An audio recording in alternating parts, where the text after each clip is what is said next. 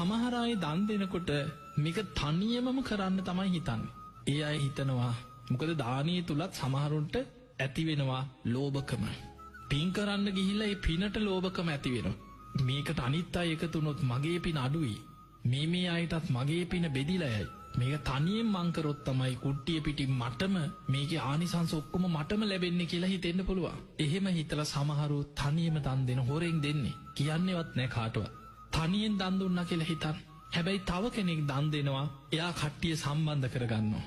එක වෑංජනේ හරි බෙදලා දෙනවා. එහෙම නැත්නම් තමන් ඒ අයට බැරි වුණත් තමන් හදලා අනේ අත ගහලා හරි ඔයත් මේක අනුමෝදන් වෙන්න. ඔයත් අත තියලා හරි සාදුකාරයක් හරි දෙන්න කියලා. තව පිරිසක් සම්බන්ධ කරගෙන සහයෝගයෙන් දන් දෙනවා. මේ දෙකේ ආනිසංස වෙනස්. තනියෙන් දන් දීපු කෙනාට සසරේ ආනිසංස ලැබෙනවා. හැබැයි පරිවාර සම්පත්තිය ලැබෙන්නේ නැහැ. පිරිස් බලේ නැහැ. දන් දීපු නිසා ලැබෙනවා. නමුත් පිරිස් බලේ නැහැ.